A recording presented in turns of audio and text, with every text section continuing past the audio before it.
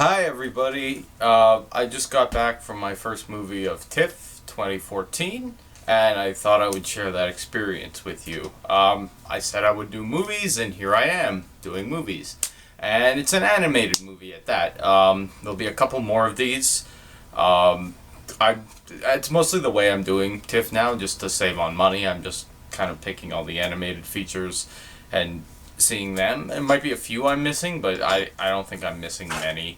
Um, but yeah, so let's get on to it. The first film I saw was the much anticipated film, his first film in 14 years, of Takahata of Studio Ghibli and Grave of the Fireflies. An animation legend, just and it was kind of exciting. He was actually there in the theater premiering this film. So that was really cool that he was there and he fielded some questions and things like that. Didn't really expect that. Just kind of. It's weird because this was the North American premiere of the film, but the other two dates were pretty much sold out. So when I went to buy tickets, it was like, all right, this is the date that's available. So it's kind of weird that the premiere didn't sell out and I was able to get tickets in time. But that's aside from the point. So the film is called The Tale of the Princess Kaguya, and it's based on kind of a Japanese folklore fairy tale. I think there might be some historical elements, but Takahata said, that nobody really knows what Princess Kaguya's life was really like. So, a lot of the stuff is made up. And I'm obviously there's fairy tale elements in there, but it's done in this really neat kind of watercolor style where these really frantic brush strokes at key moments, and it's all very fluid line drawings and things like that. So it flows really nicely, and it looks like a Japanese watercolor painting. So the aesthetic drew me in, and of course I knew. Fireflies, it's an amazing film, so of course I wanted to see this one. Yeah. Yeah, did not live up to the expectation. But I want to talk about the good things first. It has a really nice beginning. It starts with kind of a slower pace. The bamboo cutter is in the woods, and he's cutting down bamboo, and then this bamboo shoot grows up, and inside is a small princess. And he takes the princess home, and he says, "This is a miracle from heaven," and he shows it to his wife, and the tiny little princess grows and transforms into this little baby. And they say, "Oh, it's a sign from the heavens. She's got to be a princess someday." So they decide to raise her in the hopes that one day they can make her a princess. And the beginning of the film is just, well, first of all, there's this element where she keeps growing slightly throughout the first part of the film. She keeps just kind of growing a little bit and a little bit. So it's kind of neat because in a film, you see characters grow. When it's a long story, you see characters grow up. You see them age before your eyes. But here you're almost seeing her age in real time as to the characters around her. They're watching, they're kids who've come to see the bamboo baby, and they're all climbing the trees and trying to see her, and then she's just rolling around on the floor, and then all of a sudden she stands up and starts walking, and then they're like, "Oh, she's getting bigger, the bamboo baby's getting bigger." Yeah, so that was neat. That was a neat little element that was in there. And the first half hour of the film is really nice, and it's just her growing up and making friends with other bamboo cutters, little sons, and they just kind of go on adventures, and they pick berries, and they jump over streams and climb trees, and at one point they're stealing melons, and they're being all covert about it, and they go and they hide in the bushes so they're not found. And then she befriends this one boy. I can't remember his name off the top of my head, but they're just sitting there and eating melons, and their relationship actually grows really, really nicely. There's not a lot of dialogue in segments like these, but there are little things, right? Like, he first meets her, she's like a tiny little girl, and she's playing with these wild boar cubs, and then the mama boar comes charging at her. He grabs her and rolls out of the way and tries to protect her, and he's like, what are you doing? You never go near the wild boar. And as soon as he's protected her, she's kind of grown up to close to his age. Like, she's kind of grown to meet him at that point, or maybe she's still a kid, but anyways, yeah, so their relationship grows really nicely. Like, they just have these little moments, like, where they're eating the melon in the bushes and things like that. And at one point, he climbs down to this into this stream to get some mushrooms or something like that. And oh no, he's chasing a pheasant. Yeah, he's chasing a pheasant. Yeah, shenanigans like that. They're chasing a pheasant so they can get food, so they can eat. And every time there's a new bit of food, because they're really poor, it's like this big deal. And they see a pheasant, and they all run after it. So he runs after this pheasant, and he falls down this ravine, and he catches it, and he lands on it, and he kills it, but he hurts himself. And then she comes down, and she takes off her head braid and basically wraps it around his arm where his arm is cut. And there are these silent little moments like that really build this nice little friendship. And that beginning first half hour of the film it's really solid. It's really beautiful. Everything's green, the sound, the audio, it's the fields and the crickets chirping, and the drawings are the kind of sketchy drawings are really endearing. They're very, very they're simple but not simplistic. They're like these kind of watercolor brush drawings. So everybody's got these like stubby little feet with tiny toes, and these like fat hands with little sausage fingers at the ends, and everything's just kind of like these rudimentary details are there. But they all move so nicely, and especially cloth. He had a thing with cloth in this film where they just went to town on cloth, and it moves like the wind. And it's great. It's great to watch. But yeah, just watching the kids run around in the forest, chasing pheasants and eating melons. It's just a fun adventure you're along for the ride with. And then after that is where things get a little hairy. Basically, at a certain point, the parents start talking, and they start saying, "Is it, you think it's right that the princess is running around in the woods with all these woodcutters' children? I mean, if we keep her here, she's never going to be a princess." And they say, "Okay, you're right." And they pack up her things, and she gets home, and she has the pheasant, and she's all happy, and she's like, "Look what we're going to eat. We're going to have a pheasant and stew." And they say, "Okay, well, we have all your things ready. We're leaving now. We're taking you to the capital so you can become a princess." And she leaves her home and goes to the capital. And at first I thought it was going to be like a kind of a coming of age thing. She's leaving her friends behind, but then she's going to go to this new world and grow and learn and explore. And I thought they were going to take it in kind of a direction like that, but they don't do anything nearly that mature with this subject matter. And it's really, really kind of sad. So they go to this capital, which I guess is just a place where, like, apparently you can go and just, like, pay some money and for somebody to give you a title, and you pay a teacher to give you princess lessons, and it's like a princess school, and you can just make a princess. I thought lineage would be a little important there, but apparently no, you can just go to school if you have enough money and pay to become a princess, and hopefully all the boys will want you, which is kind of what happens in this movie. So yeah, that's a little weird, but I mean, that happens, and she goes to this princess school, and at first it's funny and cute, and like they're trying to make her do all these princess lessons, but she can't pay attention. She keeps like running away, being distracted by things, and just not fitting in and all this stuff. But there's a line that her teacher says to her, which describes most of this sequence and most of the movie, quite frankly. The teacher, her teacher is teaching her, her princess teacher is teaching her how to sit. And she's like, "Okay, we sit like this and we stand like this. And we walk on our knees." And then it's like, and then she asks, "What if I have to run?" or something like that. And the teacher basically says, "Oh, a princess always sits." And most of this movie is her sitting.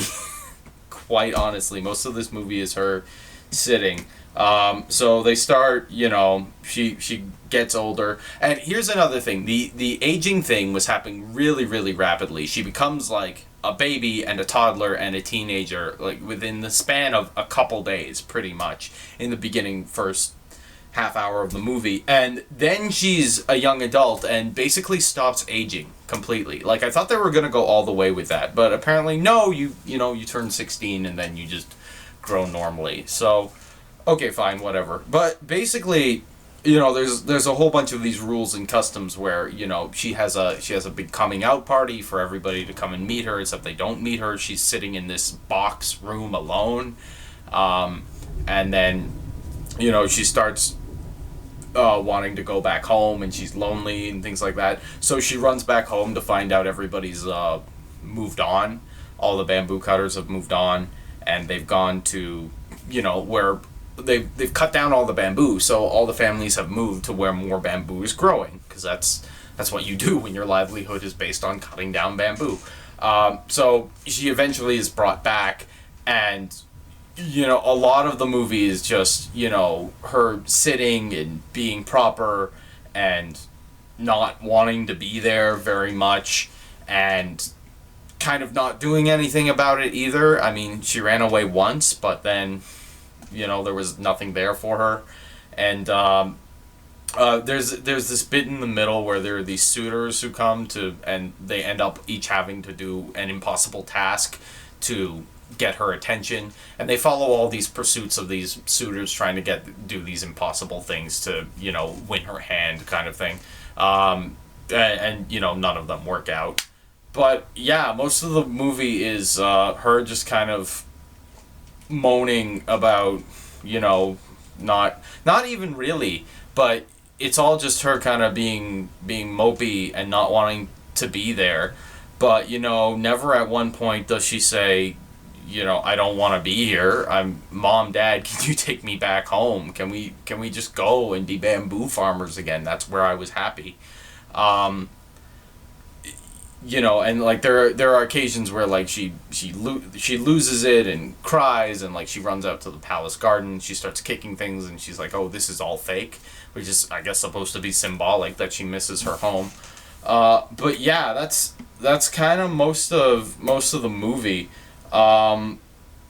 It ends where out of nowhere she kind of says, oh, she cries and goes to her parents and is like, oh, I don't want to go back to the moon. And it's like, what?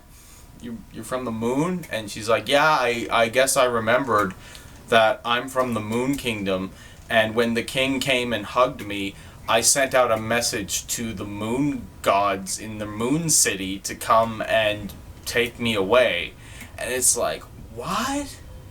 It's like, when did we establish this? Like, I get that it's a fairy tale, but so far the most magical elements are the fact that she was born from a stalk of bamboo, and that she grew kind of quickly in the first half hour of the film. So there's nothing, and like all of a sudden there's a moon city, and it's like it comes right the crap out of nowhere. And I know there's people who will say, oh, well, you just don't get Eastern storytelling. And it's like, no, this is basic. This is establishing things in a story before there's a payoff. You don't just go out of nowhere and say, oh yeah, I have to go back to my people. I didn't even know you had people. And there were so many ways this could have been conveyed. There could have been like dream sequences of her like having memories of a past life, or you could have seen like an asteroid coming down from the moon, or you could, I don't know, see like maybe moon spirits like watching her as she's growing, and like her just like getting these memories back. There are so many ways they could do it. It's just rushed and sloppy. And so basically at the end she lives her whole life doing princess lessons, refusing every suitor that comes her way. She's kind of ungrateful because her parents, I mean, to be fair, her parents, believe this is her destiny, that she's supposed to be a princess.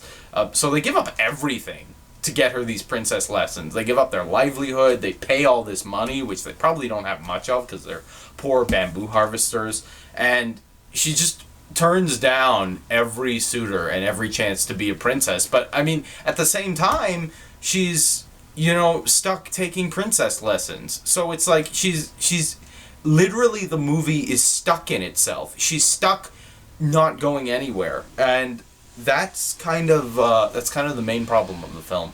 So she's stuck in this capital city where she has to do these princess lessons, and she has to sit behind these blinds all day just playing one of those lap kind of piano guitar things. I don't know what they're called. A koto or a bodo or something like that. But she's playing them, and like that's basically all she does all day. And that's kind of the problem of the movie. I can see how that would be the point of the movie, that she's stuck. But I guess the problem with it is, in the beginning, she's this fun, interesting character. She has like this cool origin, and the growing thing, and she's running around in the woods, chasing animals and having adventures and discovering things about herself, and she's full of joy. And then when she gets to this capital, there's no joy.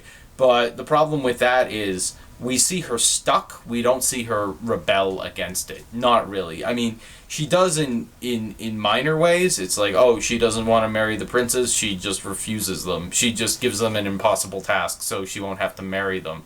I mean, she runs away once, but that may or may not have been a dream. It's kind of hard to tell. But yeah. So she so that's kind of the problem. It gets really, really boring. It gets really, really boring because she's stuck and she's joyless, and like, I want to see her rebel against kind of her enclosement. I want to see her, have fantasies about what it would be like to be back into the forest, or have fantasies about the forest overtaking the village. And they kind of play with the idea of the kind of nonconformist princess thing, but again, not really. She never like full out rebels. It's not like she starts a soccer game in the palace or anything like that, and it's not like she wants to force fun onto everybody. She's just subjected to everything and doesn't really do anything to stop the fact that she's being subjected to everything happening around her. All these decisions are being made around her, and what happens is she ends up being a really boring character. And just the capital itself, with all the rules and the decorum and everybody behaving and acting properly, it is just a really boring world, especially compared to the forest, which was fun and alive and full of animals and plants and things to discover and friends to hang out with and go on these adventures. The movie comes to a halt when they go to this capital, and I can see how that would be the point of the film. That's a really bad way to make your point. Like, it just is. It's dull. It's dull as dishwater. It's a very, very slow. I mean, slow is not a bad thing. Having a more easygoing pace is not a bad thing. The beginning of the film is really easygoing. You're just on this leisurely stroll, but it's fun. It's fun, it's paced well. In the capital, things just grind to a halt. It's not helped by the fact that, especially during dialogue sequences, there's very little music. It's just kind of people talking, and that kind of is a problem with the animation as well, because again, when people are clambering through the forest and there's things moving through the underbrush and people are just doing those gestures that are so very human. I will say this. They do, like, this animation is second to none. I mean, it's kind of obvious just from where it came from, but it's second to none. Just all the little movements, all the little gestures. There's this sequence at the beginning where she's a baby and she's kind of trying to crawl and trying to learn to walk, and it's really realistic looking, but at the same time, her head flops down and she's flipping over it and she's trying to lift it up like a boulder kind of thing to keep moving around. And that's really fun. It's really fun. It's a really human moment. And they do those human moments really, really well. They're really well animated. Cloth is well animated too. Again, when robes are flowing in the wind, or she goes into a room where there's all these robes and she goes, oh, I love all these robes, and she starts playing with them and twirling them around. All that stuff is really well animated too. But all these little human moments of just life happening and the little gestures people do. It's really well done. You have to have such an eye for detail to capture that. And it's captured beautifully, but again, you go to the castle, it's just the capital city, it's just people sitting and talking. That's all it is. And the animation isn't fast or fluid, and there aren't those little gestures. There's just, her plucking on her guitar thing, and sometimes the only thing that will move is the mouth. So, yeah, the animation's really good, but for only like half the film. For the other half of it, it's just stillness. And the capital city is not as colorful as the woods, and it's kind of boring. All around, it's kind of boring. There's no music. There's just people talking. They're talking about really boring things about, princes and suitors and stuff like that. And I'm sorry, if the point of your film is to be boring, make a better film. Make an interesting film. I guess something to mention is the boy she's friends with in the beginning. She sees him again twice. She sees him in the Capitol stealing, and he basically he's still a boy at the point, and he gets pummeled in the face by a man, like a big bodyguard or whatever, like pins him to the ground and like pummels him in the face till he stops moving, and then it starts raining on him while she's in like a carriage being carted away. So that's one glimpse she has of him. And then there's this moment where her friend is all grown up, and he's out with his family, and at this point she said to her parents, let's go home.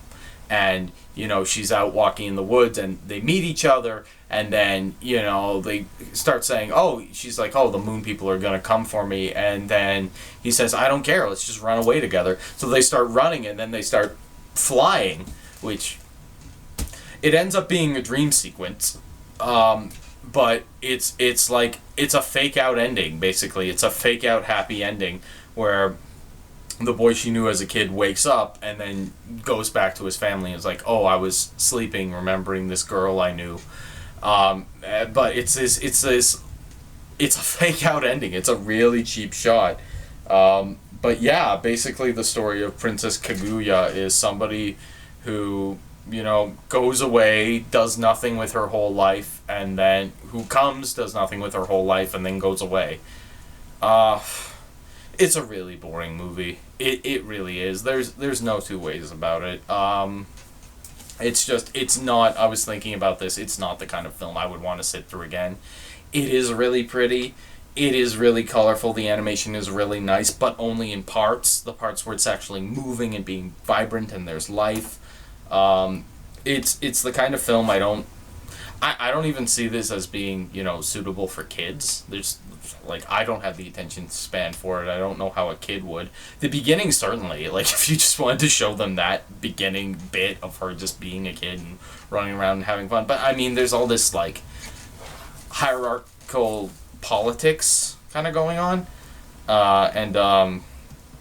Yeah, that's all really dry and really boring.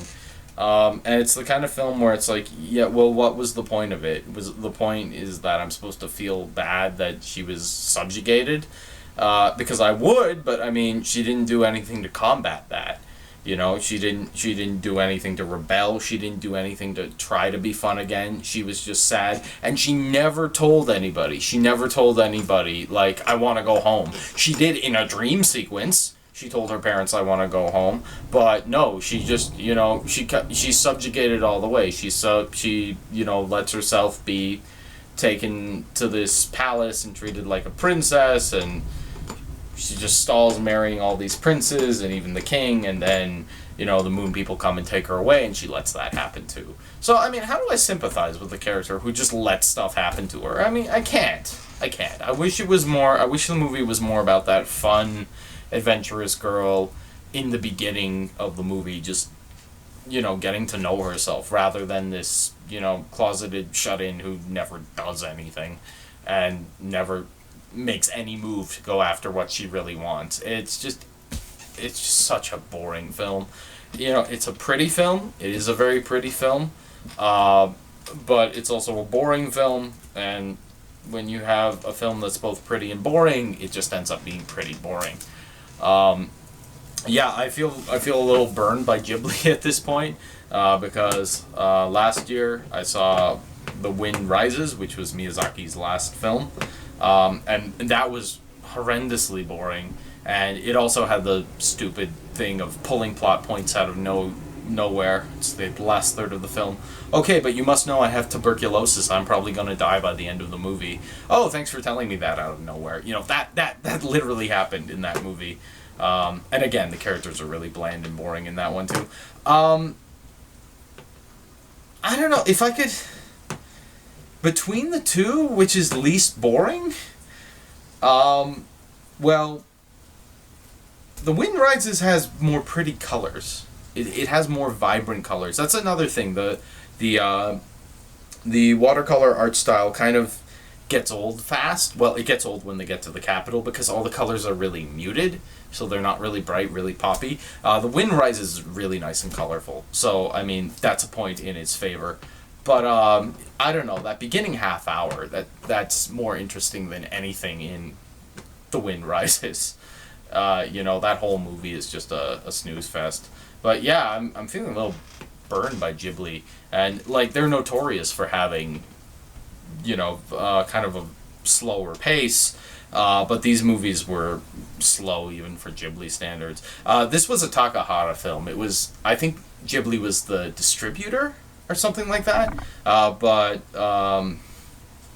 Takahata said that he produces movies independently of the inner workings of Ghibli Studios, so whatever they're doing doesn't really affect him. So I think they're just on the distribution end. But I think Takahata he's a wonderful animator. He's directed wonderful films in the past. There is beautiful animation in this film. They need to get someone else to write their stories, because these are just dull. Honestly, like the past 2 years, having films like these and having them be so boring, and I feel bad because so many people worked on it, and it's his first film in 14 years. You would hope it would be a little more interesting, but at the end of the day, if the film's not engaging, the film's not engaging, and this isn't. I wouldn't want to sit through The Wind Rises again. I wouldn't want to sit through The Tale of the Princess Kaguya again. That title kind of says it all, doesn't it? This long, cumbersome title. The Tale of the Princess Kaguya, is this long, needlessly long title. And that's kind of the film. It's needlessly long. It crawls to a stop at a certain point. And that's my opinion of the film. There will be more TIFF movies I have coming up to review, and I'll let you know all about them. But until that time, take it easy.